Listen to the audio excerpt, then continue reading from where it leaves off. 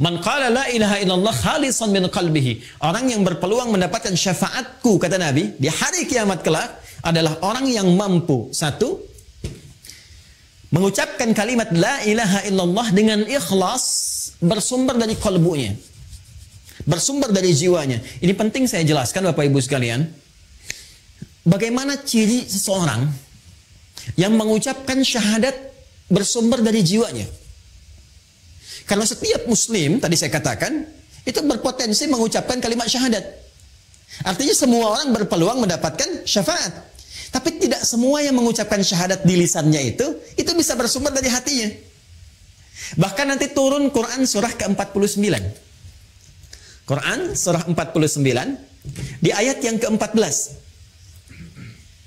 Jadi ada orang-orang, sekelompok orang Arab Baduy datang kepada Rasulullah ingin mengatakan, "Ya Rasulullah, kami telah beriman, kami telah mengimplementasikan syahadat di lisan sampai masuk ke dalam qalbu." Turun jawaban.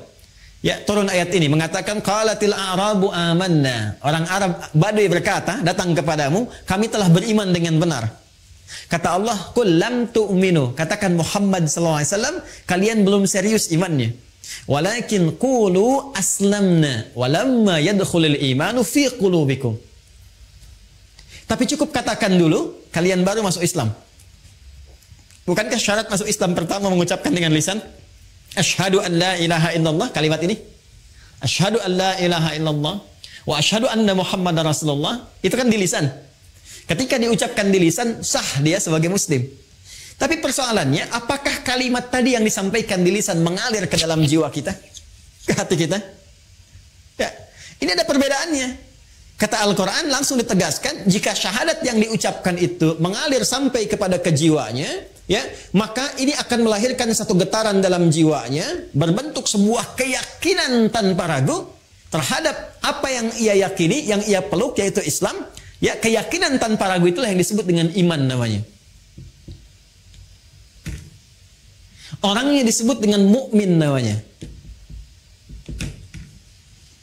Nah, ciri-ciri orang yang punya iman, yang bernama mukmin itu, ini punya cirinya.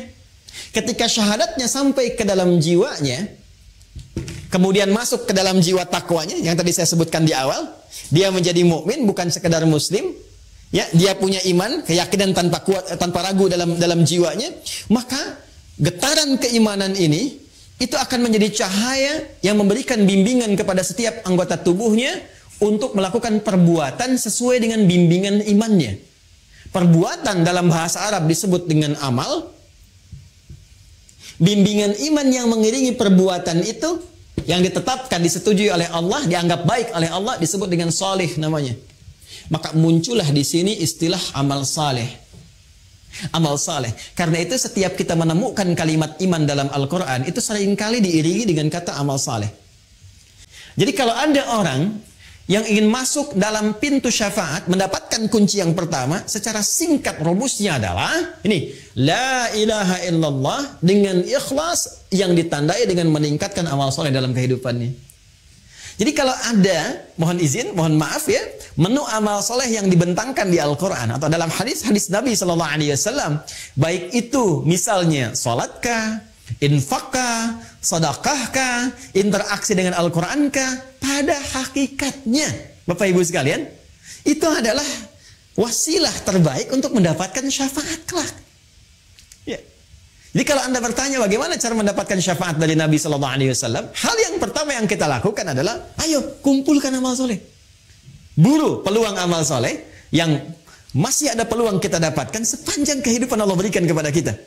Ya, jadi ini kunci yang pertama, seseorang ingin mendapatkan syafaat dari Nabi Muhammad SAW khususnya, maka rumus umum yang pertama, sekali lagi saya katakan rumus umum yang pertama, artinya semua orang berpeluang mendapatkannya. Ya, adalah mengumpulkan amal soleh dari semua peluang yang dibentangkan kepada kita dalam konteks kehidupan kita pada saat ini. Nah, sekarang kita masuk pada yang kedua, yang spesial.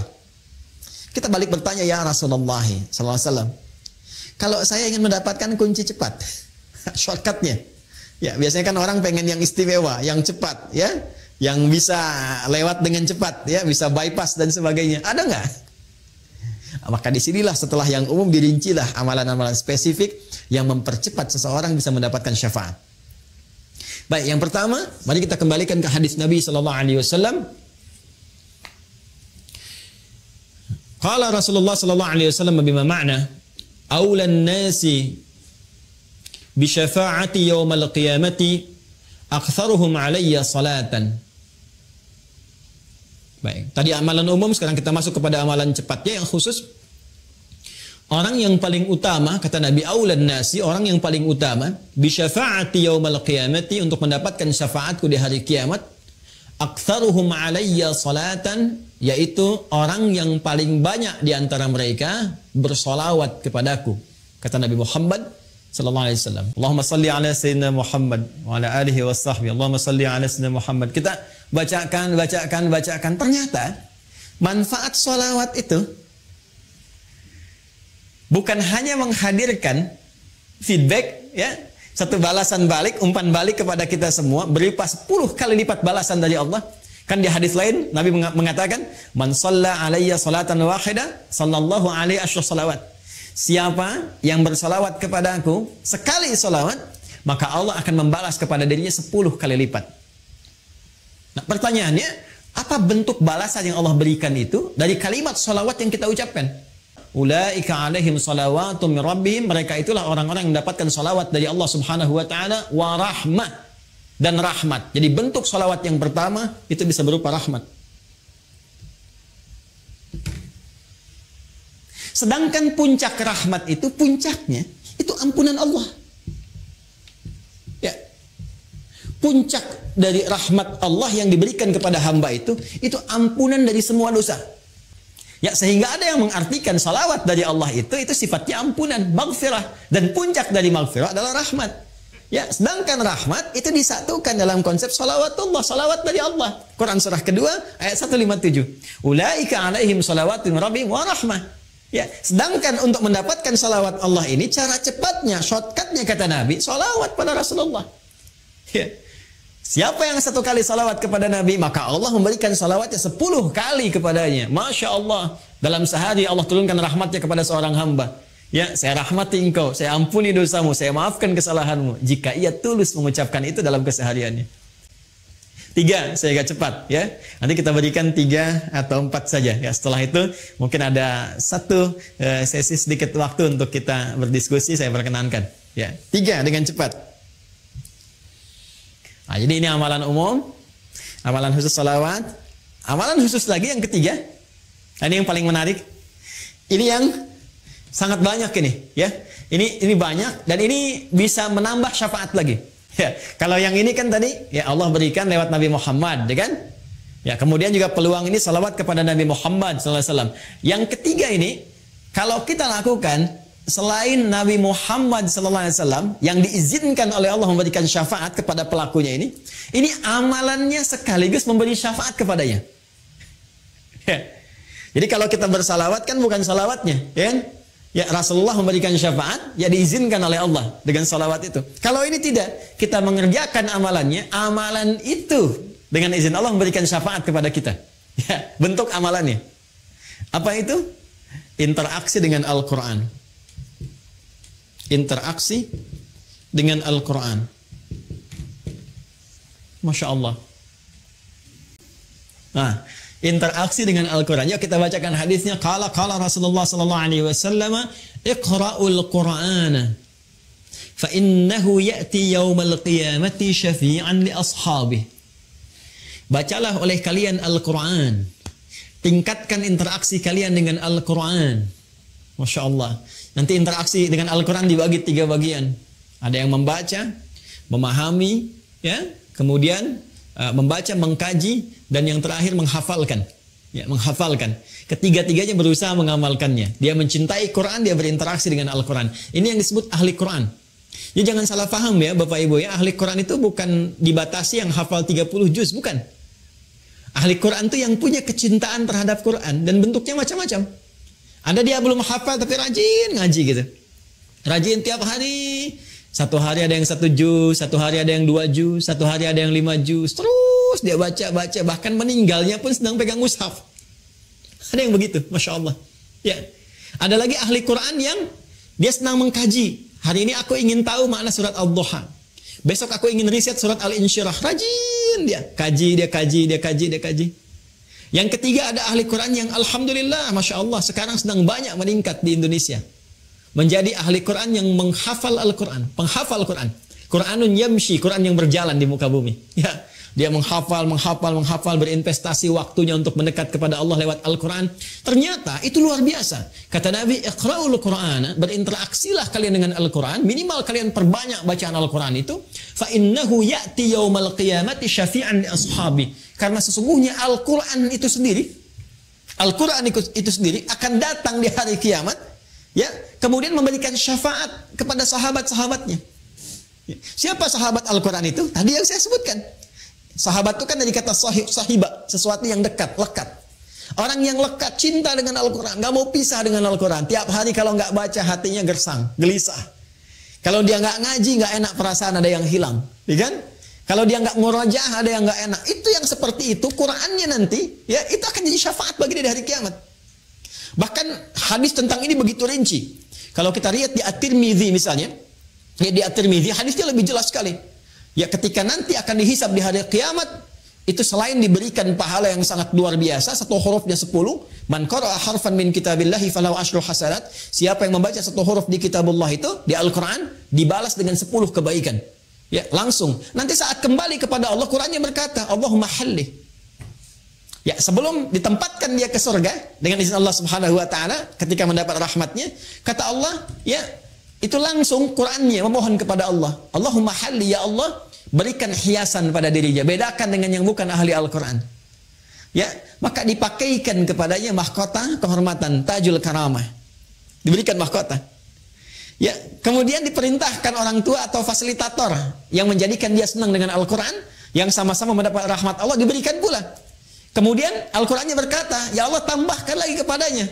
Ya, tambahkan kepada yang ahli Quran tadi. Bedakan dengan fasilitator. Fayul basu ilaihi libasal karamah, maka dipakaikan jubah kehormatan. Jadi dia pakai mahkota kehormatan, pakai jubah kehormatan, dan dahsyatnya ketika akan masuk ke dalam surga setelah mendapatkan syafaat tadi yang Allah izinkan, itu turun langsung ayat menyampaikan. Di Quran surah ke-13 Ar-Ra'd ayat 23 sampai 24. Itu diparadekan, disambut oleh semua para malaikat di depan pintu surga. Jannatu 'adnin yadkhulunaha wa man salaha min abaihim wa azwajihim wa dhurriyyatihim wal malaikatu yadkhuluna 'alaihim min kulli bab salamun 'alaikum bima sabartum fa ni'ma 'uqbaddar. Fa ni'ma 'uqbaddar. Ya kata Allah, ada nanti golongan sekeluarga besar, sekelompok akan masuk surga dari surga Aden. Kemudian disambut oleh para malaikat di depan pintu surga. Malaikat melewati. Kata malaikat, selamat ya, kalian telah sabar berjuang untuk mendapatkan kemuliaan ini. Sekarang silahkan nikmati tempat terindah yang paling nikmat yang belum pernah dijamah oleh siapapun dari makhluk Allah subhanahu wa ta'ala. Ahli Quran. Ahli Quran.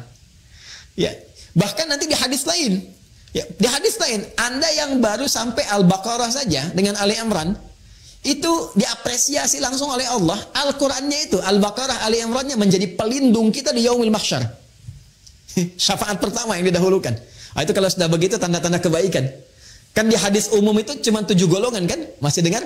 Ya, masih ingat? Sab'atun yadhilluhumullahu fi dhillin yauma la dhilla illa dhilluh. Ada 7 golongan yang dilindungi, dinaungi di hari kiamat. Ya, saat proses hisab itu, saat semua orang tidak berpotensi mendapatkannya, 7 golongan dapat itu. Ya, al-imamul adil, ada pemimpin yang adil, dan terusan-terusan yang lainnya. Ya, tapi dari sekian banyak 7 golongan itu, ada orang yang punya khusus, spesifik, naungan khusus. Jadi kalau dia keluar dari naungan besar itu pun masih ada naungannya sendiri. Siapa itu? Adalah orang yang menjadi kerabat surah Al-Baqarah dan surah Ali Imran. Iqra'u Zahrawaini, kata Nabi. Banyak-banyakin kalian dekat-dekat dengan surah Al-Baqarah dan Ali Imran. Zahrawaini. Ya, fa'innahuma, maka sesungguhnya mereka berdua, ya, yaitu Al-Baqarah dan Ali Imran itu, keduanya akan menjadi 2 awan yang menaungi khusus. Ya, ghamamatan. Ya, kedua awan yang menaungi khusus untuk hamba Allah ahli Al-Baqarah dan Ali Imran saat yaumul hisab itu terjadi. Ini syafaat. Jadi sekali lagi, ya kalau kita persingkat dari bahasan dan waktu yang singkat ini, setiap orang yang ingin mendapatkan syafaat Nabi itu pintunya sangat berpeluang. dihadirkan oleh Allah Subhanahu wa taala sepanjang dia menjadi umat Muhammad sallallahu alaihi wasallam. Hanya persoalannya dia harus memiliki kunci untuk membukanya.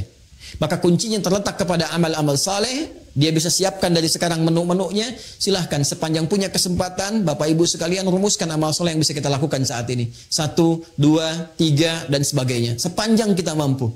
Ya kalau bisa, saya waktu kecil itu suka bikin buku isinya tuntunan amal saleh. Jadi saya tuliskan tuh. Kalau sholat ada berapa jenis, yang fardu, yang sunnah, terus gitu. Nanti kalau saya kerjakan checklist, kalau tidak saya silang gitu ya. Terus nanti di harta ada zakat, infak, sedekah, sehari targetnya berapa, sebulan keluar enggak gitu ya. Nah dengan Al-Quran targetnya sehari berapa, terus itu kalau sampai meninggal kita konsisten, istiqamah kita melakukannya, Masya Allah itu akan ada tanda-tanda kebaikan, bahkan sejak hidup, akan wafat sampai wafat, kemudian saat dibangkitkan. Dikumpulkan di surah ke-19 di ayat ke-15. Wassalamun alaihi yauma wulida wa yauma yamutu wa yauma yub'atsu hayya. Ini jaminan yang pernah diberikan kepada Nabi Yahya alaihissalam dan disampaikan kepada kita sebagai berita gembira untuk mengikutinya, yaitu umatnya Nabi Muhammad SAW. Ada orang-orang dijamin oleh Allah selamat, tenang, bahagia, damai ketika hidup. Ya, hidupnya penuh dengan ketenangan, kedamaian. Ketika meninggal tenang juga. Bahkan panggilannya ya ayyatuhan nafsul mutmainnah. Quran surah 89 ayat 27 sampai 30. Di alam kuburnya dijamin kebaikan. Ali Imran ayat 169 sampai 171. Saat pulang pun ke akhirat mendapatkan keselamatan. Wa yauma yub'atsu hayya dengan syafaat yang Allah berikan. Sekarang tinggal pilih, silahkan. Ya, yang ada peluang dengan Al-Quran, mulai sekarang bikin menu Al-Quran. Ya, ada peluang dengan sholawat. Wah, ini selalu punya peluang, kita banyakin sholawat. Ada peluang dengan harta benda. Tadi juga sudah banyak ditawarkan amalan. Ya, boleh jadi ditampakkan di hadapan kita untuk menyentuh. Barangkali ada sebagian dari rezeki yang Allah titipkan untuk bisa menyambut amalan-amalan itu semua. Ya, saya kira itu yang bisa saya antarkan. Ini baru mukaddimah sebetulnya. Baru mukaddimah karena kita hanya mengemas dalam kurang lebih 1 jam. Ini gambaran umumnya seperti ini. Kalau nanti ingin masuk ke detail-detailnya, kita harus masuk ke dalam satu pembahasan yang lebih spesifik. Seperti sholat, apakah setiap orang sholat dijamin benar? Apakah setiap orang infak itu dijamin akan benar infaknya? Ya, nah ini ada babnya tersendiri yang insya Allah mudah-mudahan di kesempatan lain bisa kita dalami.